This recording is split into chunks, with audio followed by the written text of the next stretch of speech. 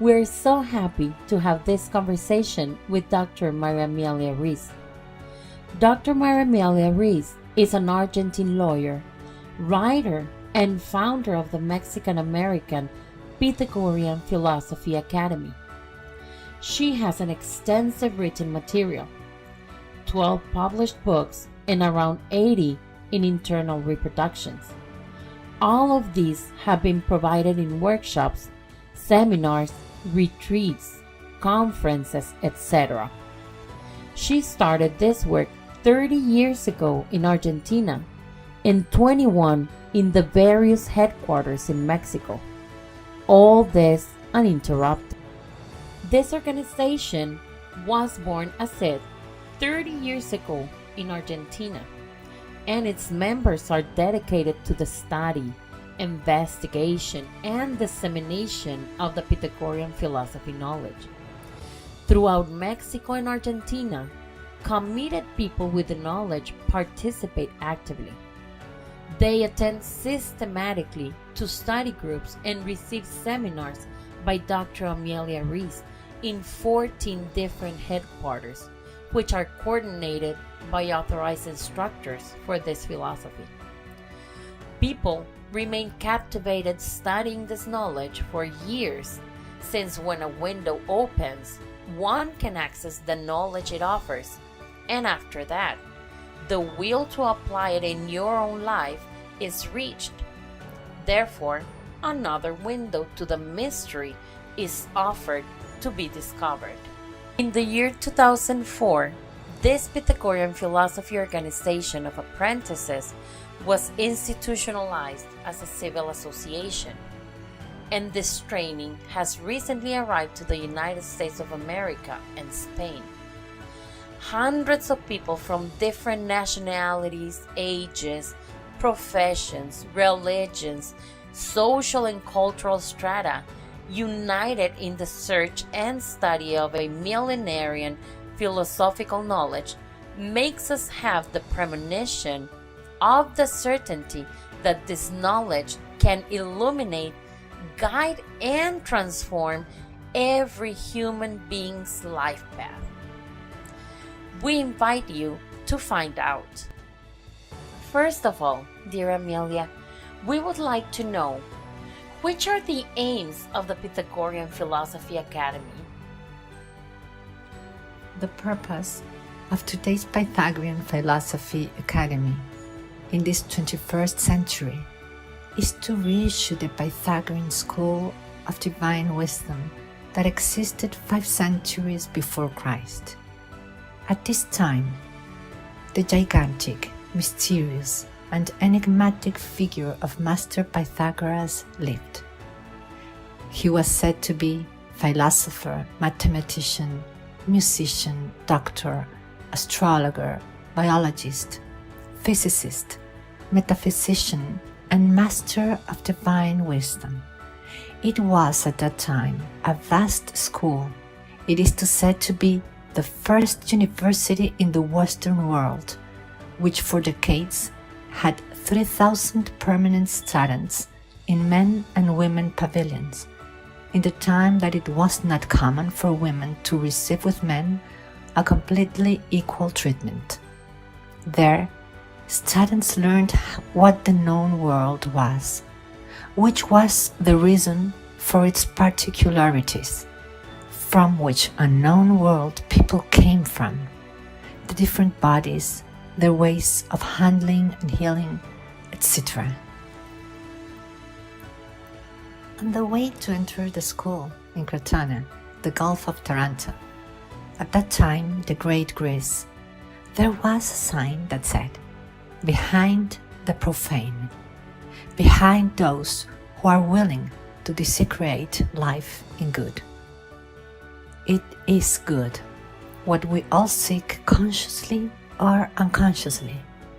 Even those who steal and kill do not want themselves to be attacked or robbed. Therefore, for Pythagoras, good is not a cultural concept, but a complete and perfect energy that is not in the head and that requires daily search. He taught how to do it, and he used to say that in the culture, God is called good. He taught to seek and find one's identity, to know and recognize one's immortal soul. He taught human being how to vibrate in its number and in its internal music, and learn not to be a direct response to the. For Pythagoras, it is an essential purpose to teach human beings how to shape the culture of good on earth, to achieve their own happiness and that of the world. He used to say that its purpose was to elevate the human race and their brains to understand and then seek the most sublime values of the spirit, each according to their level of evolution. May the incarnated human understand his soul, understand his spirit, and understand the wonderful power he can handle if he manages his spirit, if he manages his soul, if he understands it, if he ends up translucing it through all the pores of his skin. Power to evolve, not human power, the transcendental power, the spiritual power. So, we're talking about a very deep and transcendental knowledge. And which are the fundamental principles of the Pythagorean philosophy? The fundamental principles of philosophy are the laws that govern everything that's being created. Through them, everything can be explained. It's like understanding the simplicity of the fact that fire burns, that water wets. As simple as that, Pythagoras unveils the laws that explain creation and the very existence of each human being as a unique and individual being. In this way, one learns to understand oneself in its mortal and immortal part in detail, in the genetic inheritance of one current incarnation, the family of origin, the race, the reason and the meaning of the world around us, so one can get to understand this mysterious life. It is a wide but integral knowledge indeed, Ame. So, what is it that is learned and taught at the Pythagorean Philosophy Academy? In the Pythagorean school, we learn the management of the mortal and the management of the immortal. If we do not awaken to the real consciousness of the immortal, we cannot handle the mortal. That is to say, what is the source and root of our afflictions, desires? Or, what is the same, our tastes, needs, requirements, desires, our character, the management of the five senses, the management of unstable emotions, which for Pythagoras are cerebral, right brain hemisphere, and have nothing to do with deep and stable feelings. It is vital that the human being recognizes himself through the fluid of his own soul going through his brain and body, that he manages to perceive it in his cells, in his molecules, that he can feel his soul vibrating in his hands, vibrating in his voice, in his way of looking. It is vital to understand that we are immortal beings traveling in the mortal world. That is why Pythagoras points out his basic principle to his disciples. Nobody has power over you, only God. And your immortal part, do not let yourself be handled by anyone, not for nothing. That is why Pythagoras points out his basic principle to his disciples. Nobody has power over you, only God and your immortal part. Do not let yourself be handled by anyone, not for nothing. That is why the awakening of the inner master makes us wake up with humility and authentic gratitude, our own wings to fly. For once, the own way is visualized, be able to awaken virtues that make us capable to travel it. It is understood that the power to express authentic happiness is based on the daily training of our will, at the service of the good, and not at the service of our own psyche, its desires, banalities, and vanities. Now I get it.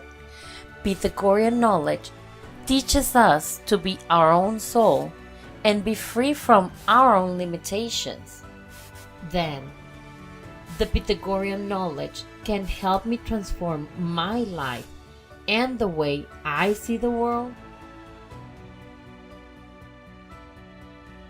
In order to talk about the practicality of Pythagorean knowledge, to understand and transform your own life, I think it is vital to understand, for example, one of its reflections. God never gives shadows to his children, with which the chaotic circumstances that appear to all of us at one or several moments of our lives enclose a hidden light in the form of teaching, that this knowledge teaches to unveil. Once I understand it and make the change that such teaching is asking me to achieve, it will not happen again in all my eternal life, because involution doesn't exist. Land won is never again to be stepped. And as for the way of looking at the world, Pythagoras teaches the achievement of direct vision, without interpretations of reality, as it is common that we always do, using our brains when they were not yet trained. He calls this opening of the eye ritual, third eye or internal eye, when human being is able to look at the world and at people, at life and at situations, beyond personal interests of his sound brain, far beyond the tastes and desires, and far beyond the memories related to each part of his outside world, that can signal their own unconscious or cerebral subconscious. What else can knowledge do for me? It can help me understand different circumstances of life, understand that life is God, and enter into a dialogue with Him through my own life. God communicates Himself through the events of my own life. That have affinity with me, of course I fill them with harmony. They form part of the recreation of living. But the most important events are those that I find disharmonic. This is so because they lack a piece of something exceptional, wonderful and bright that I need to put in them, myself. So, those events get close to me in compliance with the law of magnetism, but also for me to enlighten them. When I succeed to do so, then I can understand the reason why they approached, and so they not only solve, but they never come back again to my life. And what is more important, I remain with the sublime energy of a virtue that, until that chaotic moment, maybe I had never used or experienced before. Everything has a sense. Everything obeys the law of order. Everything is totally ordered. That's why Pythagoras had a phrase, "Do not get into disorder. Be a mathematician." So, through the study of the Pythagorean philosophy, we can learn a state of being which is usually unknown. Be our own selves with capital letters, by knowing our souls and with it, managing our temperament, senses, and desires, and with that, our world and our lives.